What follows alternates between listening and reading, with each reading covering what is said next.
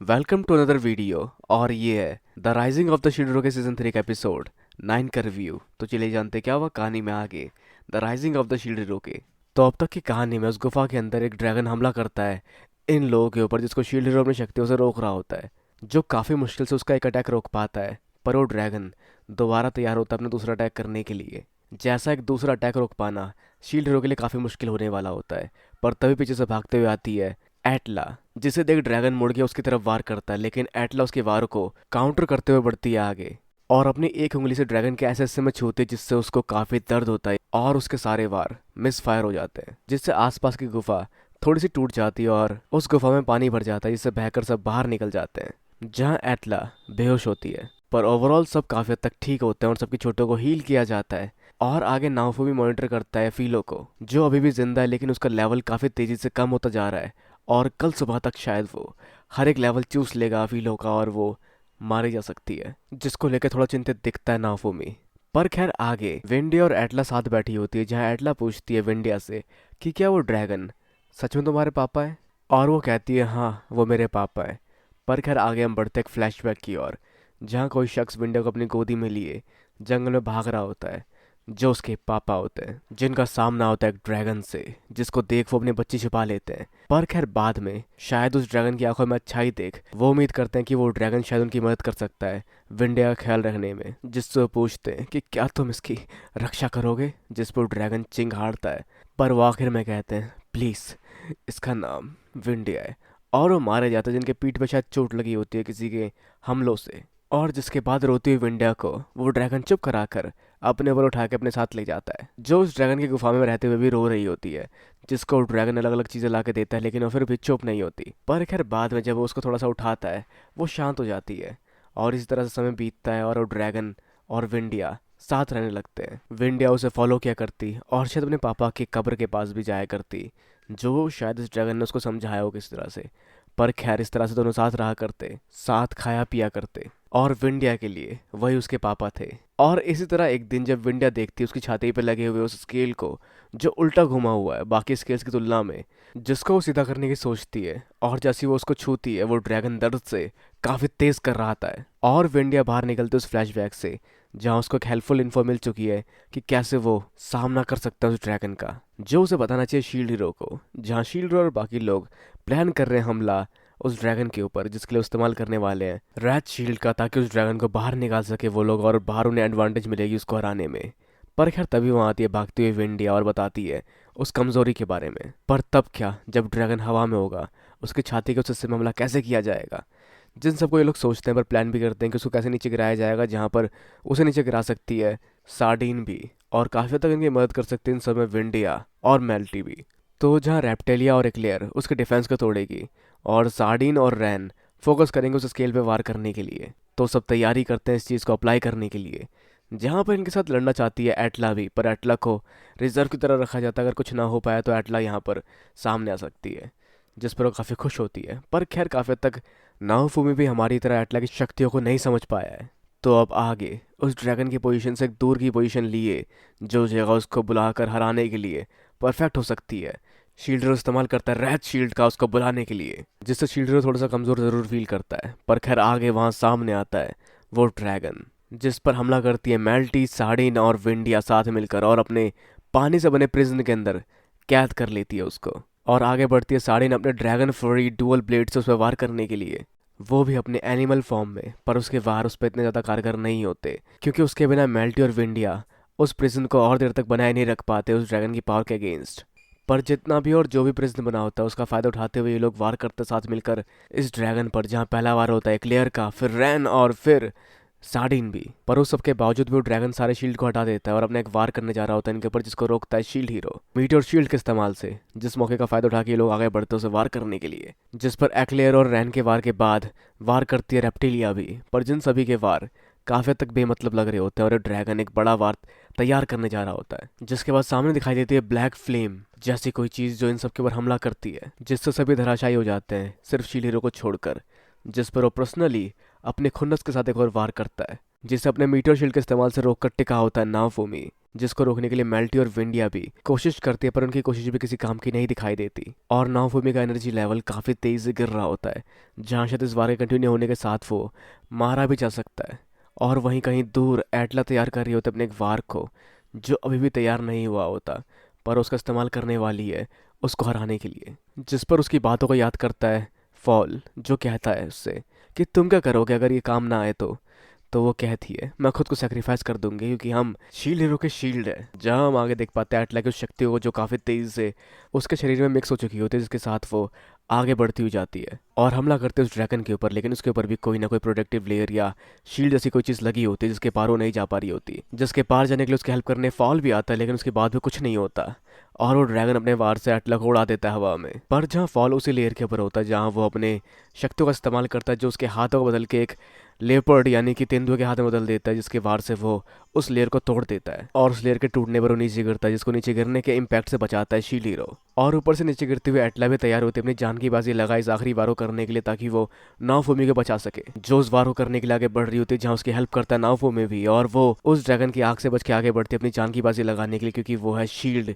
Hero की। और इस सब शक्तियों से अपनी उंगली के किनारे से ही छूती है वो उस ड्रैगन की छाती को, और उससे वो ड्रैगन हार जाता है। जहाँ ऊपर से गिरती हुई एटला को बचाता है शील्ड हीरो, और उसके बाद उस ड्रैगन की छाती खुल जाती है, जिसके अंदर से निकलती है फिलो और गाइलियन, जो दोनों ही सुरक्षित होते हैं। और वो बड़ा सा ड्रैगन ढहने लगता है, जिसको ढहता देख विंडिया याद करती है पुरानी ट्रेनिंग को, जो कि उसके पापा ने उसको सिखाया था, जो समय दोनों ने साथ में बिताया था और जो पल हसीन दोनों के थे, जिसको याद कर विंडिया रोना शुरू कर देती है और कहती है मैं खुश नसीब थी कि मैं आपकी बेटी थी। पर वो हारता और ड्रैगन भी एक वार करता है उनके ऊपर, जिसको शील्ड हीरो रोक रहा होता है। और जहाँ गाइलियो ने इन सबको गाइड करता है पावर यूज़ करने के लिए, जिसकी पावर में ये लोग अपनी पावर जोड़ते हैं, एक बड़ा सा वार बनता है, जिसका वार साथ मिलकर लोग करते हैं उस ड्रैगन के ऊपर, जिससे बनता है एक पानी का वावंडर, जो उस ड्रैगन को घेर लेता है, जिसके बीच में से होती हुई जाती है सार्डिन और उस ड्रैगन के कोर को एक्सट्रैक्ट कर लेती है उसके अंदर से, जिससे वो ड्रैगन परछाई जैसा कुछ बन जाता है, जो भाग रहा होता है वहां से। जिसकी तरफ बढ़ने के लिए वो अपने एयर स्ट्राइक शील्ड से रेप्टिलिया के लिए सीढ़ियां बना देता है, जिससे रेप्टिलिया उस तरफ बढ़कर वार करती है उसके ऊपर इंस्टेंट ब्लेड मिस्ट के साथ, जिससे वो ड्रैगन हार जाता है और आखिरकार ये सब खत्म होता है। पर उस ड्रैगन का गुस्से वाला हिस्सा अभी भी शील्डरों के शील्ड में जाके बस जाता है। तो सब एंड होने के बाद विंडिया और रैन दोनों फूल चढ़ाते हैं उस ड्रैगन की कब्र पर, और वो गांव वालों से मिलते हैं, जो उनका धन्यवाद करते हैं और सोल्ड हीरो की बुराई मारते हैं। पर शील्ड हीरो कहता है कि ये तुम्हारी गलती थी, तुमने उसको मिसगाइड किया ताकि वो जाके हमला करे उस ड्रैगन पर और तुम उसका खजाना हत्या सको। और रैन भी माफ़ी मांगता है उसके पापा की हत्या करने के लिए, जहाँ वो उसको माफ़ तो नहीं कर पाएगी, पर वो उसका धन्यवाद करती है उसकी जान 2 बार बचाने के लिए। तो ऑलमोस्ट सब कुछ काफ़ी तक सॉर्टेड दिख रहा है यहाँ पर। जहाँ एक चीज़ और अच्छी होती है कि वो ड्रैगन रह रहा होता है गाइलियन के अंदर, मतलब विंडिया के डैड भी जिंदा हो चुके होते हैं गाइलियन के अंदर, पर वो उस पर नज़र रखेंगे, उसको बताएंगे नहीं, क्योंकि शायद वो यहाँ कोशिश कर रही है अपने डैड के मौत के सदमे से बाहर निकलने की। और जहाँ वैसे आगे फिलो शिकायत जताती है गाइलियन से उसके लेवल को चुराने को लेकर, जहाँ फिलो का लेवल 70 से ऊपर हुआ करता था, लेकिन अब वो 41 हो गया है और गाइलियन 60 पे चल रहा है। और गाइलियन ट्रांसफॉर्म होकर बड़ा भी हो सकता है, जो बड़ा होकर अपने कंधों पर उठा लेता है शील्ड हीरो को, और जिन सबके साथ वो उड़कर उन्हें उनकी मंजिल तक ले जा रहा होता है, जिसके पीछे अपनी बग्गी लेके भागते हुए आ रही होती है फिलो भी। और इस तरह से हम देख पाते हैं इस एपिसोड की एक हैप्पी एंडिंग को। चलिए जानते क्या हुआ आगे कहानी में the rising of the shield hero के। तो कहानी की शुरुआत हम देख पाते हैं रिशिया को ट्रेनिंग करते हुए, जहाँ वो याद कर रही होती है पास्ट इंसिडेंट्स को, जहाँ बो हीरो ने उसको अपने ब्रेसलेट तोड़ने की वजह से टीम से बाहर कर दिया था, पर उसने वो ब्रेसलेट नहीं तोड़ा था। जहाँ वो आगे ये भी क्लियर करता है कि वो उसको इसलिए निकाल रहा है क्योंकि ये उनकी टीम के लिए सिर्फ बर्डन है और कमज़ोर है। जिस सबको याद करते हुए रीशा यहाँ ट्रेनिंग कर रही होती है और सोचती है कि उसे बनना है और स्ट्रॉन्ग, जहाँ उसकी मास्टर आ जाती है, जो फील कर पाती है कि रीशिया पूरी तरह से फोकस नहीं कर रही अपनी की पर, जहाँ आगे वो उसको ट्रेन करती है। और अब कहानी में आगे शीलीरो सोच रहा होता है कि कैसे वो रिपेयर करेगा इस घर को जो गाइलियन ने तोड़ दिया है। जिस सब दौरान उनके पास खड़े फिलो और गाइलियन आपस में लड़ रहे होते हैं इस बात को लेकर कि वो देंगे शील्ड हीरो को राइड, जहां उन दोनों को शांत करते हुए ये मौका मिलता है फिलो को, और गाइलियन को मिलती पनिशमेंट इस सब तबाही को लेकर।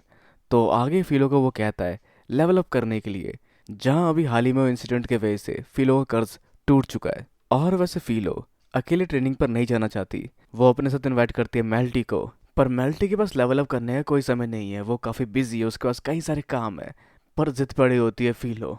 पर कुछ समय बाद यहाँ पर अनाउंसमेंट करता है शील्ड हीरो कि क्राउन प्रिंसेस मेल्टी जा रही है अपने फेवरेट बर्ड के साथ एक सफ़र पर। और शक्तिशाली बनने के लिए। जो नाफूमी डिसाइड कर लेता है और क्लियर को बाकी लोगों तक ये खबर पहुंचाने के लिए कहता है। पर एक सेकंड, मेल्टी ने खुद डिसाइड नहीं किया, पर बाकी लोगों ने डिसाइड कर लिया है।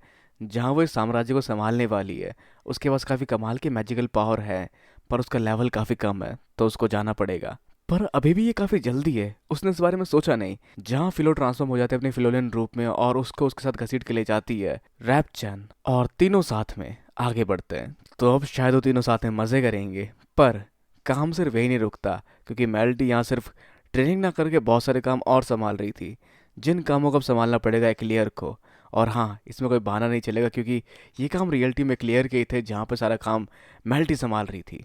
तो एक्लियर को ये करना पड़ेगा, और उसमें उसकी हेल्प करने के लिए राजी हो जाता है रैन भी।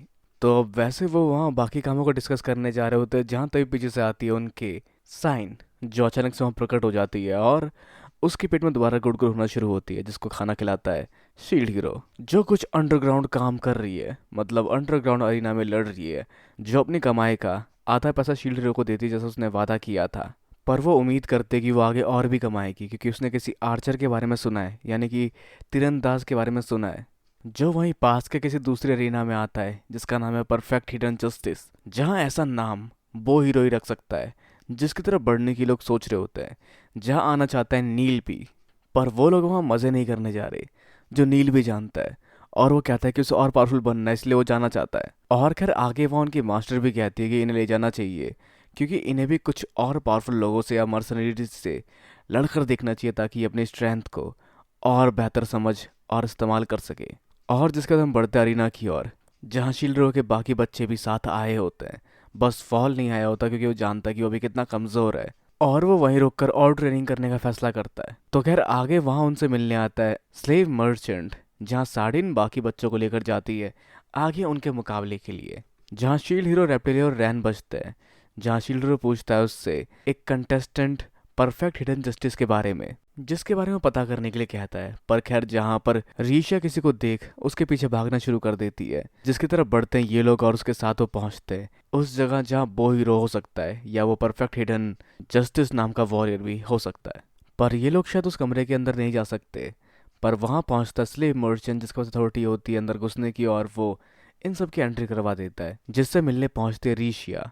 पर अंदर वो हीरो कुछ ना कुछ बड़बड़ा रहा होता है, जो कहता है कि वो करेगा, वो सबको बचाएगा, उसके पैसों से वो कई सारे लोगों को बचाएगा। और चिल्लाता हुआ खड़ा हो जाता है कि मैं हूँ गुलाम इंसाफ का, और ऋषिया को धकेल कर आगे बढ़ता है, जहाँ उसको रोकता है शील्ड हीरो, जो नाफुमी को देख के कहता है मैं जानता हूँ तुम्हारे बारे में बताया मुझे मेल्टी ने कि तुमने उसके साथ क्या बुरा किया। जिस पर नाफुमी उसको समझाता है कि तुम उसकी बात क्यों मान रहे हो, और साथ ही उसको रैन भी समझाता है, पर वो उनमें से किसी की बात नहीं मानता और आगे बढ़ता है अपने दूसरे मैच के लिए। तो अब इन लोगों ने ढूंढ तो लिया है उसको, जैसा कि कहा था सेन ने, पर अब क्या, अब वो क्या करेंगे।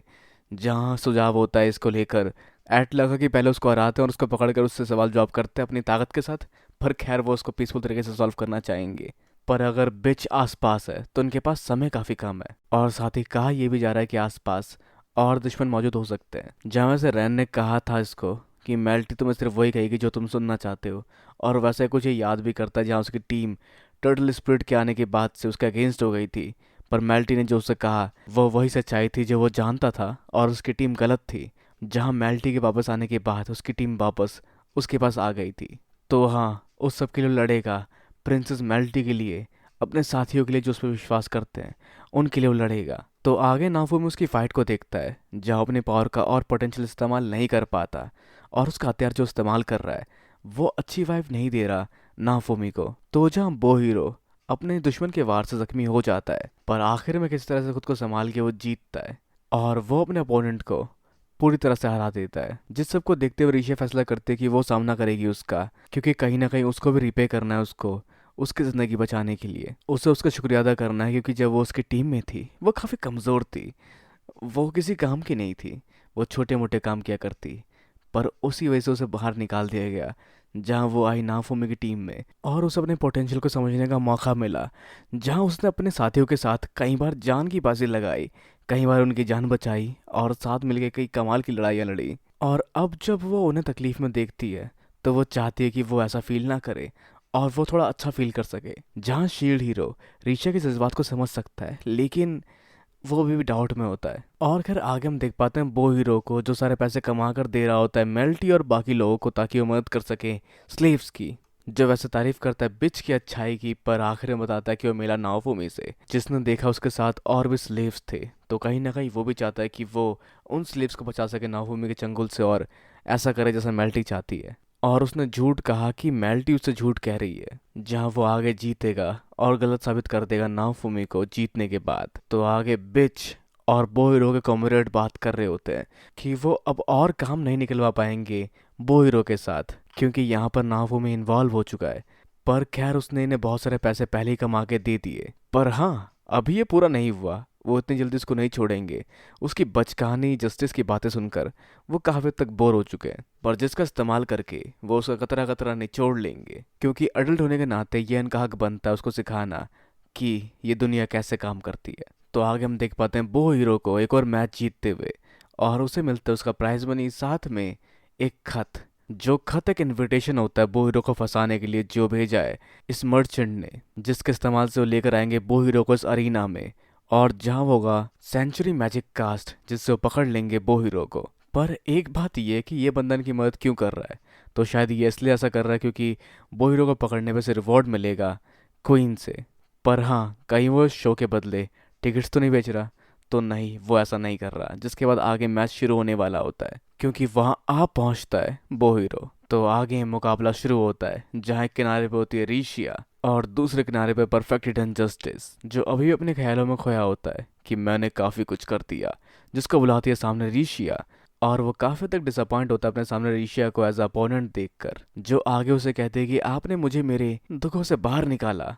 पर क्या वो ये कहना है ये उसको, जिसको सुनकर वो भी एक फाइटिंग स्टैंस ले लेती है इत्सुकी के अगेंस्ट, जहाँ इत्सुकी यानी कि बो हीरो भी अपने वार करने के लिए तैयार होता है। तो चलिए जानते क्या हुआ कहानी में आगे the rising of the shield hero के, जिसकी शुरुआत होती है बो हीरो के टेंशन को लेकर, जो सोच रहा होता है उसे सबको बचाना है, उसे सबकी रक्षा करनी है, उसे इंसाफ कायम रखना है। जो सब सोचते हुए मैच के बीच में आ जाता है, जहाँ उसका आवाज़ लगाती है रीशिया, और वो देख पाता है कि उसकी अपोनेंट है रीशिया। जहाँ उसने रीशिया को उसकी निराशा से बचाया था और उम्मीद दी थी, और अब रीशिया भी उसको बचाएगी उसकी निराशा से। पर जो सब बातें उसको रीशिया के मुंह से सुनकर मजाक जैसी फील होती है। पर वहाँ मौजूद बाकी बच्चे रीशिया को चीयर अप कर रहे होते हैं, जिस सबको देख के वो समझ पाता है कि ये सब सेटअप है, और ये पूरा मैच उसको सिर्फ यहाँ बुलाने के लिए किया गया है। पर कहीं ना कहीं ये ईश्वर की मर्जी है, जैसा सोचकर वो वार कर देता है शील्ड हीरो की ओर, क्योंकि वो उसको ईवल समझता है। पर जिस वार को काफ़ी आसानी से डॉच कर लेता है शील्ड हीरो। जहाँ खैर आगे रीशा समझाने की कोशिश करती है वो हीरो को कि फिनिक्स का खतरा आने वाला है, लेकिन वो उसको धक्का देके किनारे कर देता है और आगे बढ़ता है शील्ड हीरो की बुराई करने के लिए। जहाँ उसने बहुत सारे बच्चों को स्लेव बनाया, और उनसे वो ज़बरदस्ती मेहनत करवा के पैसे कमा कर वो पैसे अपने लिए रखता है। और साथ ही उसने अपने एक स्लेव की बीमार बहन को बहुत महंगी दवाई दी, ताकि वो उस स्लेव को ज़िंदगी भर एक्सप्लॉइट कर सके। और अब वो उन्हीं बच्चों को अपने शील्ड की तरह इस्तेमाल कर रहा है। और यही नहीं, उसने एक माँ की मदद भी नहीं की जो अपने बच्चों को लेके आई थी इसके बस इलाज के लिए। पर जिस पर नाफुमी कहता है कि वो बच्चा पहले ही मर चुका था, पर बो हीरो के हिसाब से वो उस पर अपने मिरेकुलस पावर का इस्तेमाल कर सकता था।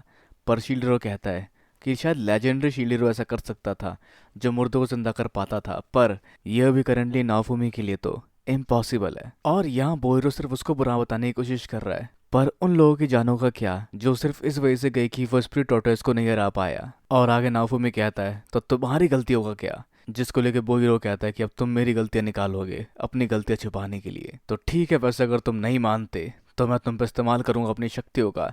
जिसके बाद वो इस्तेमाल करने जा रहा था अपने बो का, जिसका शेप चेंज हो जाता है और जिसमें काफ़ी सारे पंखुड़ियाँ जुड़ जाती है, जो अब कोई रहम नहीं दिखाएगा और इस्तेमाल करेगा द जस्टिस बो का, जिसके साथ वो कोई रहम ना दिखाते हुए अपने तीर को ऊपर की तरफ अपने धनुष को मोड़े शूट करता है, जिसे बचने के लिए शील्ड इस्तेमाल करता है मीटर शील्ड का।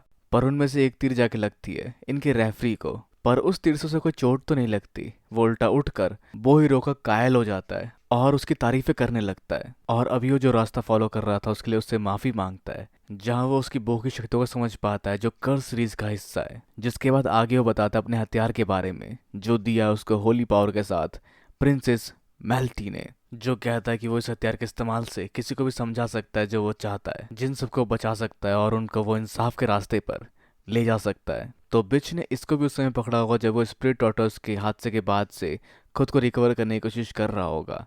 तो जहाँ आगे नाओफुमी नील को बाकी बच्चों को वहां से बाहर ले जाने के लिए कहता है, और बाद में वहां सिर्फ मंझे हुए और बड़े वॉरियर बचते हैं जिनके सामने होता है अपनी बेवकूफी पे सवार एक हीरो, जिसको नाफुमी समझाता है कि तुम्हारी ये बो इंसाफ की बो नहीं है, ये ब्रेन वॉश करती है। पर वो कहता है नहीं, ये बो ट्रू जस्टिस के लिए है, और जस्टिस मतलब है पावर, तुम्हारे साथ चीजें सही करने के लिए, कमजोरों को सपोर्ट और शक्तिशाली लोगों का भी साथ एक साथ रखकर चलना ही इंसाफ है। जहाँ मेरा सिर्फ एक ही काम बचता है, जो है इस दुनिया भर की बुराइयों को मिटाना। पर जहाँ रीशा खड़ी होती है और कहती है कि वो उसके जस्टिस से ताल्लुकात नहीं रखती, क्योंकि जब वो उससे पहले मिली थी उसने उसे जस्टिस के बारे में बताया था। जैसा कहते हुए उसने कहा था कि मैं हर किसी की मदद करना चाहता हूँ जिसको भी मेरी मदद की जरूरत हो। जहाँ के रीशे कहती है, और आपने उस समय मेरी मदद की, लेकिन अभी जो आप बन चुके हैं वो बिल्कुल भी वो हीरो नहीं है। और जो इंसाफ मैंने आपसे उस समय सीखा था, वो इंसाफ आज मेरा इंसाफ बन के मुझे आपके इस इंसाफ को अपनाने से मना कर रहा है। जहाँ के वो हीरो कहता है कि रीशिया, मैं तुम्हें फिर से बचाऊंगा, चाहे कोई कुछ भी कहे, मैं इंसाफ की तरफ हूँ। जहाँ आगे बोहिरो भी हमला करने वाला होता है, जिसके हमले को अपने हमले से काउंटर करती है रीशिया। जिसके बाद आगे दोबारा बोहिरो आसमान में कुछ तीर छोड़ता है जो आगे रीशिया की तरफ बढ़ते हैं, जिसके काउंटर में इस्तेमाल करते रीशिया हैंडगन मूसो थ्रस्टिंग स्वॉर्ड क्राफ्ट, जिससे सामने बनता है एक सर्कल, जिससे उसके सारे वार रिपेल और डिस्पेल एक साथ हो जाते हैं। जो हैरान होता है रीशिया की समय की स्ट्रेंथ को देखते हुए, पर साथ ही वो कहता है कि रीशिया, तुम्हें मुझे समझना पड़ेगा, तुम्हें मेरे इंसाफ में मेरा साथ देना पड़ेगा।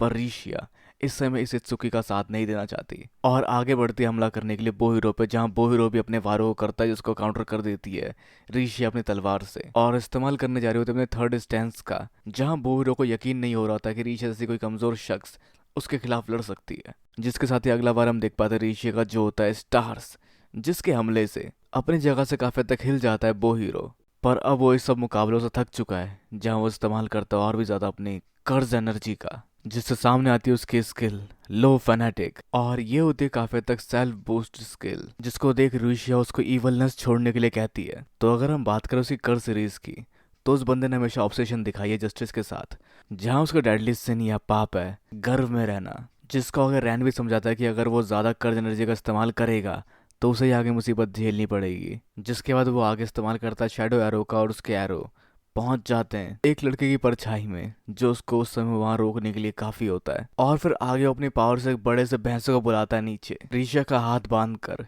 जिससे वो शायद उसके सर पे गिर सकती थी। जहाँ रीशा के पास आके वो चीज खुल जाती है और उसमें रीशा को कैद कर लेती है, लेकिन रीशा कुछ समय बाद उसको तोड़ के उससे बाहर निकल जाती है और आगे फोर्थ स्टैंस का इस्तेमाल करते हुए वार करती है उससे बोहिरो पर, जिससे चिढ़कर वो कहता है कि तुम लोग हमेशा मेरे रास्ते में क्यों आते हो, हर बार मेरे रास्ते में, मैं तुम लोगों से नफरत करता हूँ। जहाँ के वो ये भी कहता है कि मैं तुम लोगों को कभी माफ नहीं कर पाऊंगा। और आगे वो तैयार होता है किसी को मारने के लिए जो भी उसके खिलाफ जाएगा, और वो सभी मरेंगे इंसाफ के लिए। जहाँ उसके कर्ज सीरीज की शक्तियाँ काफी ज्यादा बढ़ने लगती है और उससे वो ट्रांसफॉर्म हो जाता है। जहाँ आगे ऋषि उसे कहते हैं कि उसे इस शक्ति का इस्तेमाल नहीं करना चाहिए, पर जिसके बदले वो अपनी इंसाफी शक्ति से उसको भी मारने जा रहा होता है। और जिसके हमले को काउंटर करते हुए रीशा की तलवार टूट जाती है, जिसकी तरफ नाओफुमी एक तलवार फेंकता है, लेकिन वो उसका इस्तेमाल करने से मना कर देती है, क्योंकि ये जंग इत्सुकी और उसके बीच की है, और अगर उसने इनके हथियार का इस्तेमाल किया तो वो अपने इंसाफ के हिसाब से खुद को कभी माफ नहीं कर पाएगी। जिस पर बो हीरो कहता है कि लगता है लड़ाई खत्म हो गई, लेकिन रीशा कहते हैं कि अभी खत्म नहीं हुई। पर बो हीरो के हिसाब से वो बिना हथियार के कैसे लड़ेगी, और वो एक वार करता है उसके ऊपर, जिसको वो अपनी टूटी तलवार से काउंटर करती है। पर जिस वार का पार्शियल इफेक्ट होता है रीशा के ऊपर, जहाँ के बो हीरो कहता है चलो हार मान लो, जिस पर रीशा कहती है कि मैं हार नहीं मानूंगी, भले ही मुझे कितनी भी नाउमीदी का सामना क्यों ना करना पड़े, क्योंकि यही इत्सुकी ने उसको सिखाया था जब वो नाउमीदी से भर चुकी थी। उसने उसे सिखाया था कि इंसाफ कभी हार नहीं मानता। पर जिस पर इत्सुकी उसको ईवल कहता है, पर ये ईवल नहीं, ये इंसाफ है, जो कहती है रीशिया, क्योंकि इंसाफ हर किसी के हिसाब से अलग होता है, हर किसी को अपने हिसाब के इंसाफ को पाने की आज़ादी है। पर इत्सुकी अब भी ये कहने में लगा होता है कि ये लोग ईवल है और ये दुनिया के इंसाफ के खिलाफ है, जहाँ वो इंसाफ के साथ है और वो दुनिया को बचाएगा अपनी शक्ति से। पर यही बेवकूफ़ी भरा कारण है जिस वजह से रीशा लड़ेगी उससे अपने इंसाफ के साथ। पर इत्सुके के हिसाब से वो पहले ही हार चुकी है, वो उसके खिलाफ कुछ नहीं कर पाएगी। और तभी बो हीरो की बो में से कुछ शक्तियाँ निकलती और बढ़ती है वो रीशा की तरफ, जिससे हिट होने पर शायद उसका स्लेव क्रेस्ट भी हट जाता है और सामने आता है उसके हाथ में कुछ हथियार, जिसके बारे में बताती है फॉल्कियो महसूस कर पा रही है एक ब्राइट प्योर की जो बढ़ रही है ईवल की से होते हुए रीशा की तरफ, जहाँ इसका मतलब ये है कि कार्डिनल वेपन्स के अंदर कुछ और तरह की हिडन पावर्स भी है। तो जिस पावर से बने वेपन को अपने हाथ में पकड़ते है रीशिया और उसको ट्रांसफॉर्म कर लेती है बाद में एक बूमरैंग की तरह। जिस सबसे थोड़ा हैरान होता है वो हीरो, जिसको समझाती है रीशिया कि उसके बो ने उसके इंसाफ को ठुकरा दिया और साथ दिया रीशिया का ताकि वो रोके बो हीरो को, जहाँ वो इस चीज़ को सह नहीं पाता और बहुत सारे और कर्ज एनर्जी के साथ वार करता रीशे के ऊपर, पर जिसको रोकने के लिए रीशा इस्तेमाल करती है हिनगेन मूशु secret throwing technique rolling spin का, जिससे उसकी ईवल शक्तियों के वार से बने भालू को वो चीरते हुए आगे बढ़ जाती है। और आगे इस्तेमाल करती है एयर थ्रो का, जैसे वो 3-4 बार करने के बाद उसे रोनाल्डो बनाकर उसका वार करती है, जिसमें इत्सुकी फंस जाता है और फिर दोबारा वो ट्रांसफॉर्म करती है उस हथियार को और मारती है उसको इत्सुकी के धनुष के ऊपर, जिससे उसके धनुष पे लगा कर्ज आइटम टूट जाता है और जिससे देख वो नाउम्मीद हो जाता है कि उसका ये नया हथियार जो दुनिया को बचाने के लिए इस्तेमाल करने वाला था, अब उसका वो क्या करेगा। जिसके साथ ही हम बढ़ते हैं फ्लैशबैक में इत्सुकी की, जब वो छोटा बच्चा था और छोटी क्लास में पढ़ता था, तो शायद उस समय उसने वो लिखा था जो वो बनना चाहता है फ्यूचर में, जिस पर उसने लिखा था कि वो एक हीरो बनना चाहता है इंसाफ का और पूरी दुनिया को बचाना चाहता है। जिसके दोस्त उम्मीद भी करते हैं कि वो ऐसा कर सकता है क्योंकि वो शायद काफ़ी अच्छा था पढ़ाई में और उसके ग्रेड्स काफ़ी अच्छे आ रहे थे और वो बढ़ रहा था मिडिल स्कूल की ओर, जिसको लेकर उसकी मॉम भी काफ़ी प्राउड थी उस पर शायद आगे चल के उसके ग्रेड काफ़ी कम आए या उसे ई सेक्शन मिला जो काफ़ी नीचे का लेवल था, जिससे उसकी उम्मीद भरी जिंदगी में निराशा के बादल छा गए और इससे उसकी मॉम भी काफ़ी डिसअपॉइंट हुई थी जो उससे पहले उसे प्राउड किया करती थी। जिस डिप्रेशन से बाहर निकलने के लिए इत्सुकी ने वीडियो गेम्स का सहारा लिया, पर वहाँ भी शायद वो हारा या उससे भी काफ़ी चिड़चिड़ा हो गया वो, पर फिर वो याद करता है सुकून के पल जो उसको मिले थे बिच से, जो उस पर भरोसा करती है जैसा कम से कम इत्सुकी को लगता है, और इसी उम्मीद को लिए वो उसके भरोसे को पाने के लिए वहां से भागकर बाहर निकलता है। जो फ्लैशबैक याद करता है जहां उसने उसको कहा था कि सिर्फ वही है जो उसका साथ देगी, उसके अलावा और कोई नहीं, जहां हर कोई सिर्फ अपने बारे में सोचता है। जो सब बात कहने के बाद उसने उसको ये टूल दिया था, जिसके बाद इत्सुकी ने ठाना था कि उसे दुनिया बचानी है और इंसाफ को बचाना है क्योंकि वो इंसाफ की तरफ है और उसको सबका बचाना है। जैसा सोचते हुए आगे बढ़ता है और गेट खोलता है उस जगह का जहाँ वो रह रहे होते हैं और अंदर देखता है कोई नहीं है, जिसके पीछे पीछे नाओफुमी और बाकी लोग भी आते हैं और देखते हैं वहाँ एक चिट्ठी छोड़ी है बिच ने, जहाँ इत्सुकी ये सब देख काफी निराश होता है और आगे चिट्ठी भी नहीं पढ़ता, जिसको पढ़ता है रैन, जिसमें लिखा होता है कि बिच ने सारे प्राइस के पैसों को खर्च कर दिया जो उसने कमाए थे, पर उसे काफी मजा आया हीरो बनकर और मजा आया नाटक करते हुए कि हम लोगों को बचा रहे हैं और ये सब हमारे लिए बस पैसे कमाने के आसान तरीके थे, तो तुम्हारा भी बहुत बहुत शुक्रिया। और हाँ, अगर तुम मुझसे प्यार करते हो तो शील्डर को हराओ मेरे लिए। और साथ ही कहती है कि उसने कोई गिफ्ट छोड़ा है उसके लिए, तो उम्मीद है इसके पैसे देने में उसको मजा आएगा। तो जिसमें शायद कुछ उधारी होती है जिसमें स्टैम्प लगा होता है इत्सुकी का, जिस पर इत्सुकी मैं मुझे करते करते बेहोश हो जाता है। जहाँ फिर वो याद करता अपने पास्ट को, जब वो बच्चा था तब उसने एक बिल्ली को बचाया था कुछ कौवों से और उसकी दादी ने उसे कहा था कि तुम हीरो हो बेटा, इंसाफ के हीरो। जिसके अगले पल उसकी आंखें खुलती है और वो खुद को एक बिस्तर में पाता है जो होता है नाफुमी के गांव में, जहाँ नाफुमी उसके उधार चुकाने में उसकी मदद करेगा, जहाँ रीशा कहती है कि इसमें वो भी मदद करेगी उसकी, और जब वो सब पूरा होगा तो वो दुनिया बचाने भी जाएंगे। जिस सब दौरान सुन बैठा होता है इत्सुकी, जो रीशा का हाथ पकड़े एक बूंद आंसू टपका देता है अपनी आंखों से, और फिर वो आगे बढ़ता रीशा के साथ, जहाँ वो बिना कुछ कहे चुपचाप बस एक पुतले की तरह होता है, जहाँ जो हथियार उसने इस्तेमाल किया था मेल्टी के देने पर या बिच के देने पर, उसके बारे में क्वीन भी कुछ नहीं जानती। पर चाहे जो भी हो, फिनिक्स का हमला जल्दी होने वाला है और अच्छी बात यह है कि सभी हीरोज एक साथ है जिन्होंने कई सारे मेथड शेयर किए एक दूसरे के साथ और पावरफुल बनने के लिए। पर क्या वो हीरो ठीक है जिस पर नाफुमी कहता है कि उसने कर्स सीरीज का इस्तेमाल किया, जिसके वजह से उसके बो ने भी उसको रिजेक्ट कर दिया, जहाँ वैसे उसके पास खुद के कुछ आइडियाज थे इंसाफ को लेकर, पर इंसाफ अपने आप में काफी पेचीदा होता है। तो कहानी की शुरुआत में नाफुमी, गायलियोन, रेप्टिलिया और सार्डिन साथ में पी रहे होते हैं और मजे कर रहे होते हैं। तो वैसे ये जगह एक सीक्रेट बेस की तरह होती है जिसके बारे में ज़्यादा लोगों को नहीं पता होता, जहाँ नाफुमी सीखने आया था ड्रैगन वेन की टेक्निक को, और उसने सीक्रेट जगह इसलिए चुनी ताकि एट लाउ ने आगे परेशान ना कर सके, जो सीखने में थोड़ी मुश्किल हुई थी नाफुमी को इनके इंस्ट्रक्शन की वजह से। और साथ ही ये लोग भी जान चुके कि गाइलियन बात कर सकता है। और वैसे जहाँ आगे रेप्टिलिया के बारे में पूछते सार्डिन नाफुमी से कि वो क्या सोचता है उसके बारे में, जिससे नाफुमी फिर पूछता है कि इसका क्या मतलब हुआ, जहाँ के सार्डिन बताते हैं कि रेप्टिलिया के पेरेंट्स ने ही उसकी जिंदगी को मतलब दिया था। तो नाफुमी को काफी संभल के रहना पड़ेगा सार्डिन के आसपास अगर वो शादी करेगा रेप्टिलिया से तो। पर नाफुमी उसको अपनी बेटी की तरह समझता है, जिस सबको सुनकर ज्यादा कुछ खास रिएक्शन नहीं होता सार्डिन का, और वहाँ लेटी हुई रेप्टिलिया भी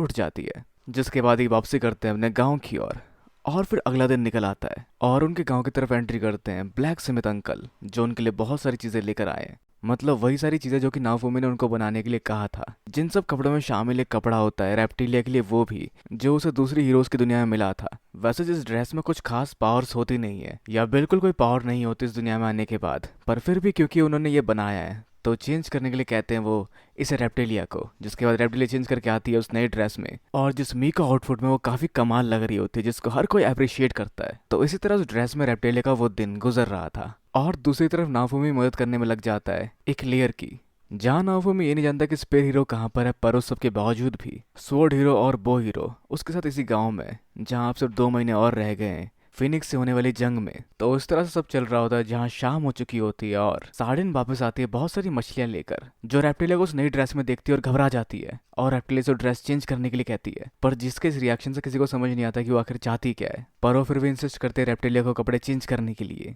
तो जहाँ जब रेप्टिलिया कपड़े चेंज करने चाहती है तब बताती है सार्डिन कि रेप्टिलिया के लिए उस कपड़े को पहनने का मतलब है कि उसने डिक्लेयर कर दिया कि वो है हकदार किसी देश की राजगद्दी की। जहाँ पूरी बात बताने से पहले ही वो सब शुरू हो चुका होता है और रेप्टिलिया के ऊपर हमले होने लग जाते हैं, जिससे उनके गांव का वो घर डिस्ट्रॉय हो जाता है जिसके अंदर रेप्टिलिया गई होती है। जिससे फिर बाहर निकलते रेप्टिलिया कुछ बच्चों को लिए जो कि जख्मी होते हैं उनके इस वार से, जहाँ सामने दिखते हैं बहुत सारे दुश्मन जिनका सामना करती है पहले अपने लाइटनिंग स्पेल से सार्डिन। पर वो अब भी नहीं आ रहे होते, उल्टा वो कहते हैं हम जो बन सके वो करेंगे ताकि राजगद्दी तुम्हारे हाथों में ना आए। तो कौन सी राजगद्दी और कैसी राजगद्दी, जिस सब बारे में साड़ी ने से बाद में बताएगी, लेकिन उससे पहले इन्हें रोकना है इन लोगों को। पर जिनका हमला होता है इन लोगों के ऊपर, जिसको शील्ड हीरो अपने शील्ड की पावर से रोकता है, लेकिन इनके वार से उसकी शील्ड की पावर टूट जाती है। और साथ ही बाकी हीरोज़ के वार भी होते हैं उनके ऊपर, लेकिन उन सभी के खतरनाक वार जो उनको लगते भी हैं उनसे उन्हें कुछ नहीं होता। जहाँ एक और शील्ड आती है शील्ड हीरो की, लेकिन उसको भी वो लोग तोड़ देते हैं। जहाँ आगे रेप्टिलियन भी तलवार से वार करते हैं, लेकिन उसके उस वार को भी वो अपने कवच के लॉस पर डॉच कर लेते हैं। पर जहाँ आगे एटला वार करते हैं जिसके वार से उन्हें कवच टूट जाता है और हमला होता है उनके ऊपर भी, साथ ही फॉल और ब्लैक स्मिथ के वार भी उन पर काम करते हैं। पर रेप्टिलिया और स्वॉर्ड हीरो के वार उन पर काम नहीं करते, मतलब इन पे हीरोज के वार काम नहीं करेंगे। जिसको समझ के नाफूमी अपने पास बुलाता है रेप्टिलिया को, जहाँ रेप्टिलिया और नाफूमी मिलकर कास्ट करते हैं इल्यूजन मैजिक, जिससे उस मैजिक के चपेट में आ जाते हैं उनके सभी दुश्मन और उन सबको इल्यूजन होना शुरू हो जाता है और सब हवा में तलवार घुमाना शुरू कर देते हैं अपने सामने दुश्मन समझकर। जिसके बाद दोनों हीरोज और रेप्टिलिया साथ में हमला करते हैं, जिनके वार से वो सभी हार जाते हैं। जहाँ सार्डिन भी किसी को हरा देती है अपने बिजली की पावर से, जहाँ वो हारा हुआ शख्स और साथ में बाकी लोग भी अपने देश के नाम पर खुद को ब्लास्ट कर लेते हैं ताकि उनके उस इम्पैक्ट से बाकी लोग भी आसपास मारे जाए। पर नाफूमी सब भाप लेता है और सबको पीछे हटने के लिए कहता है, और साथ में नाफूमी की शील्ड की ताकत से वो सभी बच जाते हैं। तो आखिर वो लोग थे कौन? तो वो थे असेसियन कोतेन लो से। तो उन लोगों ने यहाँ हमला क्यों किया, जिस बारे में हम जानना शुरू करते हैं।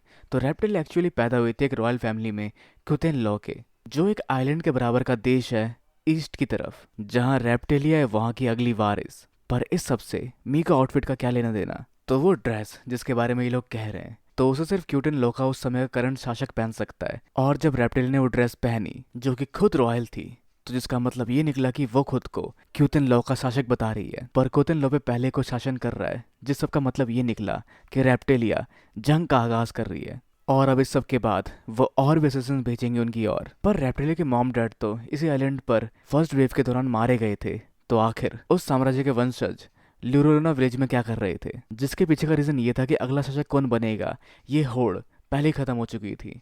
और रेप्टिलिया और उसके मॉम डैड इस सब में अपने बच्चों को नहीं फंसाना चाहते थे, जो इस जद्दोजहद से बचने के लिए क्यूतन लोगों को छोड़कर आगे बढ़ते हैं। जो फिर पहुंचे इस जगह जिनके साथ साथ सार्डिन भी थी, क्योंकि सार्डिन का परिवार कई पीढ़ियों से रॉयल्स के बॉडीगार्ड की तरह काम कर रहे थे। पर सार्डिन अपना वो मिशन छोड़कर इनके साथ निकल आते इनकी रक्षा करने के लिए। जिसके बाद रेप्टिलिया पैदा हुई और वो हमेशा से उसके साथ ही थी। जिस सब के बाद एक दिन वेव का सामना करना पड़ा सार्डिन को, जब वो कहीं दूर थी, जो उस समय मछली पकड़ने गई थी, और खुद वेव के चपेट में पड़ने की वजह से वो रेप्टिलिया की मॉम डैड को नहीं बचा पाई और ना ही रेप्टिलिया को बचा पाई।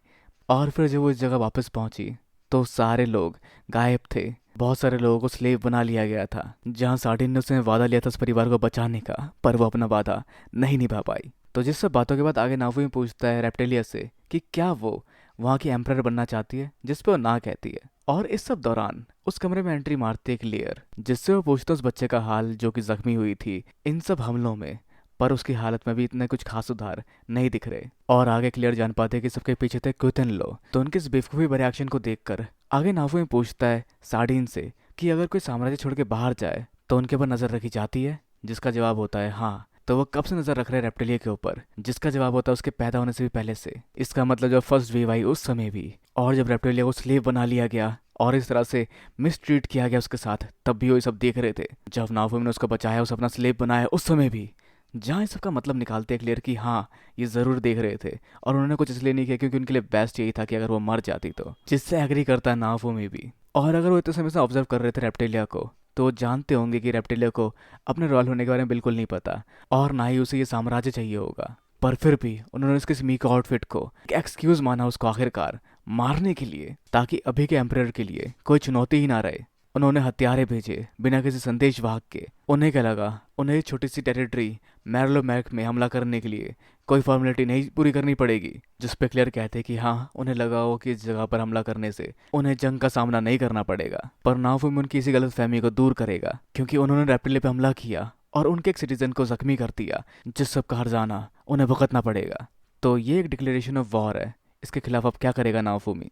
तो नाफुमी के हिसाब से ये लोग फिनिक्स का सामना करने लायक नहीं बन पाएंगे अगर इनके पीछे लगातार असेसिन लगे रहेंगे। तो जिसका मतलब हाँ साफ है, नाफुमी जाके क्विटन लो वालों से बात करेगा, और अगर बात बिगड़ी तो ये उनको हराकर उनसे अपनी बात मनवाएगा। जहाँ इस सब के दौरान एक फ्रेम हम देख पाते हैं प्रेसिडेंट के गोतन लो के एम्प्रेस को भी। तो खैर जहाँ आगे बढ़ता है नाफुमी क्वीन के पास, जिसके साथ फॉल और एटला भी वहाँ पहुँचते हैं, जो उस जगह ट्रेनिंग कर रहे होते हैं, जिसको छुप छुप के देख रहा होता है किंग, पर जिसको भाप लेती है एटला और उसकी ओर बढ़ती है। पर उन दोनों की बातों से पहले हम बढ़ते हैं क्वीन की तरफ, जहाँ क्वीन प्रोवाइड करेगी सेफ्टी शील्ड हीरो के गांव को, क्योंकि उसने वादा पूरा किया अपने चारों हीरो को एक साथ मिलाने का। तो खैर ज्यादा कुछ तो नहीं बता सकते, लेकिन वो बताती है कि कैसे वो पहुंच सकते हैं क्विटन लॉ तक, जहाँ सिल्ड बेल्ट से एक फेरी जाती है क्विटन लॉ तक। तो सिल्ड बेल्ट जहाँ से फॉल और एटला भी है। और अगर हम बात करें फॉल और एटला की, तो वो मिलते हैं किंग से, जहाँ किंग अपने घुटनों में बैठकर बात करता है एटला से और पूछता है उसका हाल चाल, जहाँ वो बताते हैं कि वो बिल्कुल ठीक है। और फिर वो पूछता है कि कहीं तुम्हें शैतान शील हीरो परेशान तो नहीं करता, जिस पर वो कहते हैं कि वो शैतान बिल्कुल नहीं है, उन्हें ऐसा मत कहो, उन्होंने मेरी जिंदगी बचाई है, अगर वो ना होते। जिस पर आगे बताता है फॉल कि अगर वो ना होते तो कभी रेप्टिलिया उठ ही ना पाती, जो शायद उसी बंद कमरे में मारे जाती, जो इतनी कमजोर थी कि वो बोल तक नहीं पाती थी, मतलब काफी कम बोला करती, और उम्मीद तक नहीं थी कि वो चल भी पाएगी। पर अब देखो वो चल सकती है और तंदुरुस्त है। जिस सबको सुनकर कुछ तो सेल्फ रियलाइजेशन होता है किंग को, और वो उठ के वहां से जाने लगता है, जिससे पूछती है एटला कि वो फिर कब मिलेंगे, जिस पर वो कहता है बस एक मुकाम तक पहुंचने पर। तो शायद कुछ तो अलग होने वाला है यहाँ पे। तो खैर नाफुमी उनकी तरफ आता है और फिर वो लोग बढ़ते हैं गाँव की ओर, जहाँ विंडिया गायलियन को लिए वो बढ़ेगा सिल्व वेल्ट की तरफ, जहाँ से वो फेरी जाती है, और फेरी के जाने के बाद फेरी का पीछा करके वो बढ़ेगा क्विटन लॉ की तरफ, और फिर इस्तेमाल करेगा पोर्टल का उन सबको वहां बुलाने के लिए। तो आगे बढ़ते हुए नाफुमी सोचता है कि फिनिक्स के हमले को होने में सिर्फ 2 महीने रह गए हैं, और शायद उसके पास ये सब करने का समय भी नहीं है, पर उसे ये करना पड़ेगा, उसे ये लड़ाई लड़नी पड़ेगी, जिससे डिसाइड होगा रेप्टिलिया का नसीब। और वैसे जिस दौरान हम देख पाते हैं फिलो और मेल्टी को भी, और हाँ रैपचैन भी, तीनों को ट्रेनिंग करते हुए या भटकते हुए यहाँ वहाँ और पावरफुल बनने की होड़ में।